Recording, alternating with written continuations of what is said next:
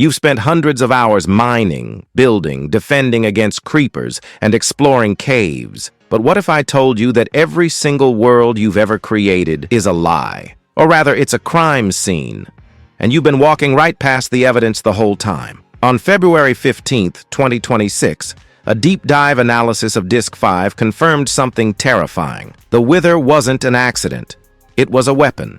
And the ancient builders knew exactly what they were releasing. By the end of this video, you're going to understand why the Warden isn't guarding treasure. He's guarding a secret so dark that Mojang has never officially commented on it. We're talking about the 1.4 million views worth of evidence that connects the Soul Sand Valley to a massive tragedy, and why those 892,000 people who watch the Wither War breakdown are just scratching the surface.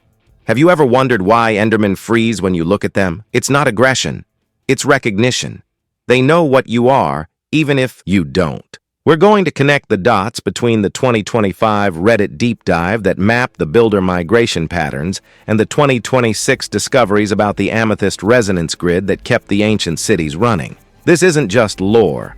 It's the hidden history of a world that ended so you could spawn. And by the time we're done, you'll never look at a block of soul sand the same way again. If this video helped you uncover what Minecraft might be hiding in plain sight, leave a like so others can discover it too. And subscribe as we investigate the parts of your favorite games no one ever talks about.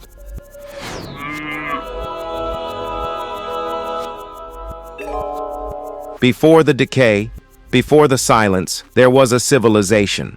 We're talking about the ancient builders, and they weren't just advanced. They were incredible. Based on the structures they left behind, we're looking at desert temples, jungle temples, and those massive ocean monuments that weren't always underwater. Global warming, ice melt, rising ocean levels, these aren't just modern problems. Something catastrophic happened that sent those monuments beneath the waves. They used sponges to keep the water at bay, guardians built as automated defense systems like iron golems, and prismarine that still pulses with an unknown energy. Think about the scale of what they accomplished. The ocean monuments alone are estimated to contain over 6,000 prismarine blocks each, and they're scattered across countless seeds. The jungle temples, with their hidden dispensers and redstone traps, show a level of mechanical sophistication that rivals anything we build today. And then there's the woodland mansions, those sprawling fortresses that house illagers who've clearly inherited some twisted version of builder knowledge. But here's the real kicker, the mushroom biomes, those weird islands covered in mycelium where only mushrooms roam. The builders left them completely untouched, and there's a reason for that. Mycelium is essentially a parasitic fungal network, and once it takes hold, it's nearly impossible to remove. Even the builders, with all their power, couldn't fix it. The irony? They were so advanced, they thought they were invincible. They had no idea what they were about to release. Now let's talk about where it all started to go wrong, and I mean really wrong. The builders didn't just stumble into the Nether. They built it, or at least they terraformed it. The basalt delta requires blue ice and soul sand to form naturally. Blue ice comes from the Overworld, specifically from packed ice found in frozen biomes. Someone brought it there. Someone transported tons of it through portals and used it to reshape an entire dimension. The warped forest looks cultivated, landscaped, like someone tried to make that place habitable. Warped fungi don't grow naturally in the Nether's ecosystem. They had to be introduced. Then there's the Nether fortresses, and these aren't just random structures. They're military outposts, strategically placed as coordinates that maximize visibility and control over the surrounding terrain. The bastions? Those are treasure rooms, housing units, hogland stables. We're talking about a full-blown operation spanning thousands of blocks across multiple dimensions. They used the piglins and brutes as a labor force to mine netherite and gold, and you can see the evidence in the bastion loot tables. Those gold blocks aren't just decorative, they're payment. Currency for a workforce that eventually realized they were being used. But here's the truly disturbing part. The Nether runs on souls. Soul Sand Valleys aren't just spooky, they're the engine. Every fallen soul gets trapped in that sand, powering the dimension's very existence. When soul sand absorbs too many souls, it doesn't just sit there, it births ghasts. Think about that for a second. Those floating, screaming creatures aren't just monsters. They're clouds made of the lost, formed from the concentrated suffering of the fallen. The builders knew this. They used it. They built an entire industrial complex on the backs of trapped souls. And when the piglins finally revolted, and they did revolt, taking the bastions for themselves in what must have been a fierce uprising, they inherited a dimension that literally survives on loss. The builders didn't just create a servant race, they created an ecosystem of suffering that continues to this day. Now we get to the heart of it, the moment everything changed. February 15th, 2026. That's when the deep dive on Disc 5 confirmed the timeline beyond any reasonable doubt. Before the Wither, there was a painting. A simple painting you might have seen hundreds of times without thinking twice. It shows 4 soul sand blocks arranged in a T-shape with 3 Wither skeleton skulls placed on top. No one knew who painted it or why it existed. It was just art. Background decoration in a game full of background decoration. But someone, somewhere in that ancient civilization, decided to try it. The builders were already experts at golems. They had iron golems protecting their villages, snow golems patrolling their tundras. They understood the principles of animation, of giving life to inanimate materials. They saw soul sand absorbing the essence of the fallen, holding on to consciousness long after the body failed, and they thought maybe, just maybe, they could reverse the process, resurrection. Imagine the grief that drove them to that point. Imagine losing friends, family, children to whatever disasters were already plaguing their world, and seeing a potential way to bring them back. They gathered the materials, placed the skulls with trembling hands, and waited for a miracle. Instead, they got the Wither. That 3-headed creature didn't bring anyone back. It destroyed everything it touched. The Wither attacked only living creatures, which should have been the first clue that something was fundamentally wrong with their experiment. Where it struck, Wither roses bloomed, black flowers that don't just look ominous. They actively harm anything that touches them. And those roses corrupted the fallen into Wither skeletons, an undead army serving the very thing that ended them. The war that followed wasn't a battle, it was an extinction event.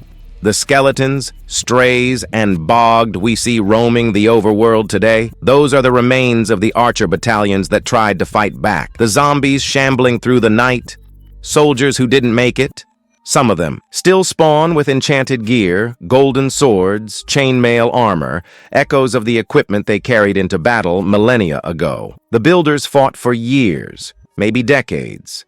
They threw everything they had at the Wither, and they lost.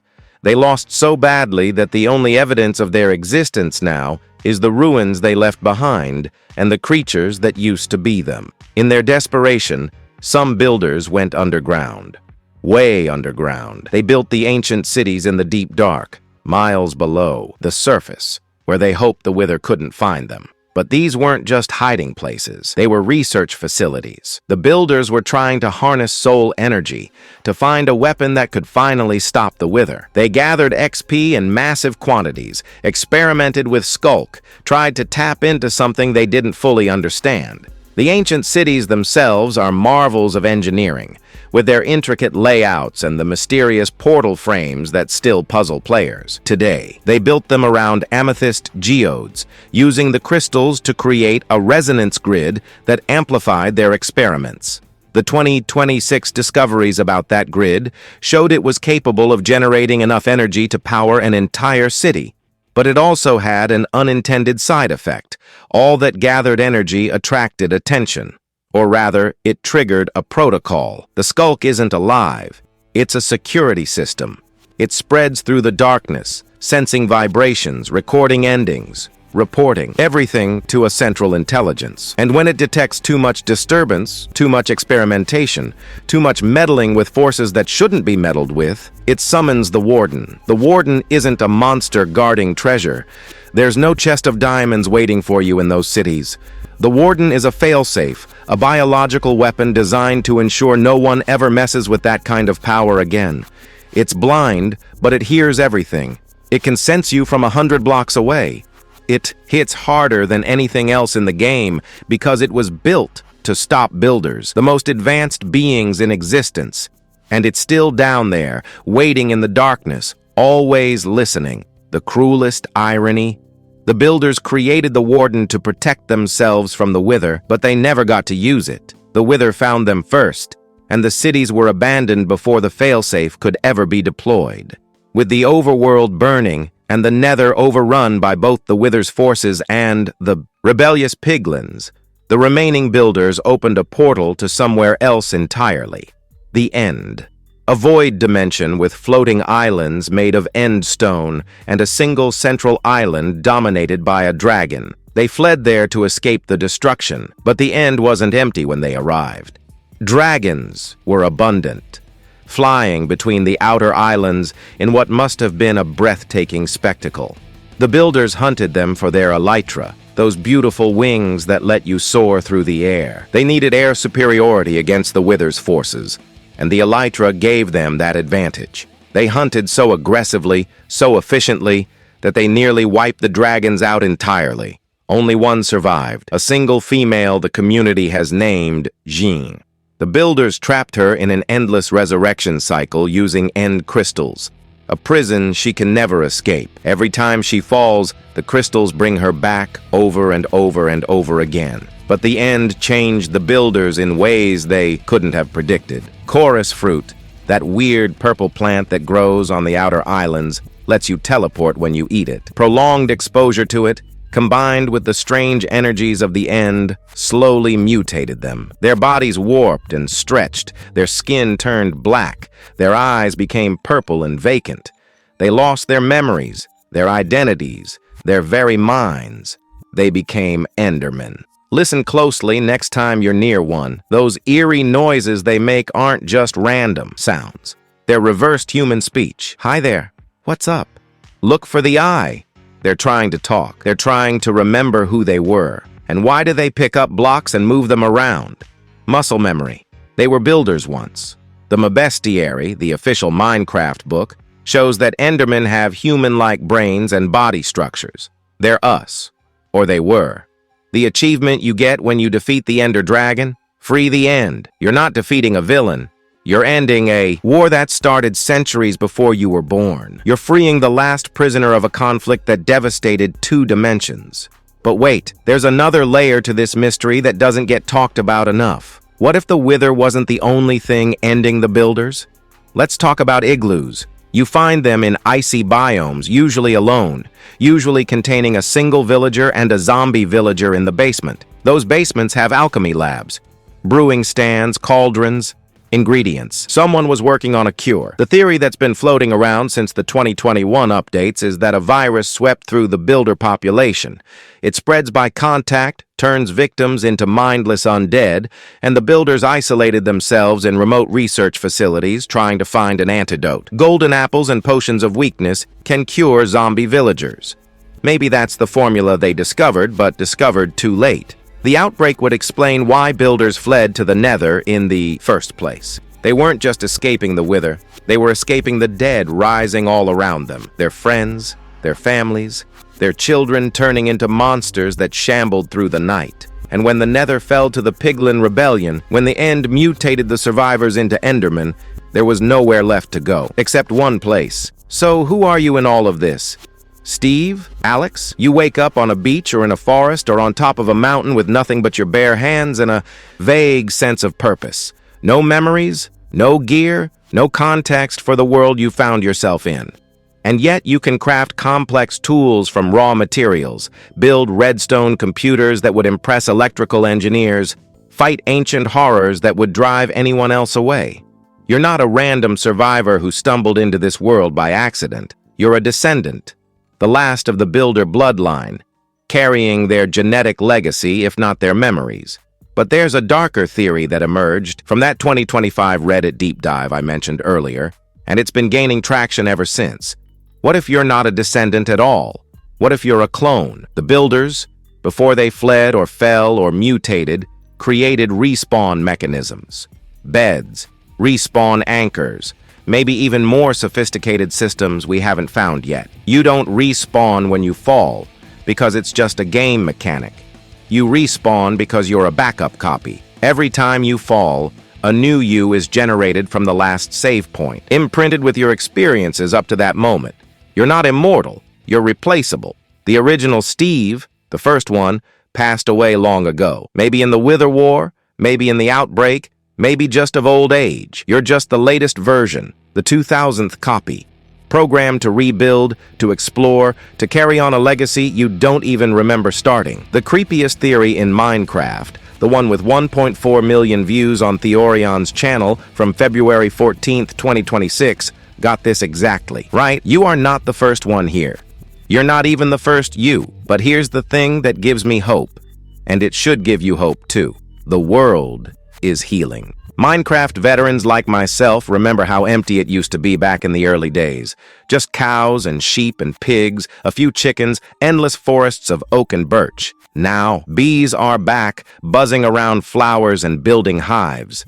Coral reefs are regrowing in warm oceans, full of tropical fish in colors we'd never seen before. Flowers bloom everywhere.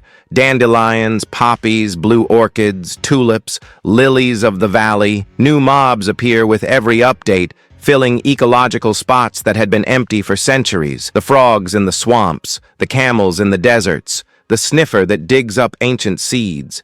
Nature is reclaiming what was lost. The builders destroyed almost everything with their wars and their experiments and their pride, but their absence allowed the world to breathe again. You get to witness that recovery. You get to build your little wooden shack without the arrogance that doomed your ancestors.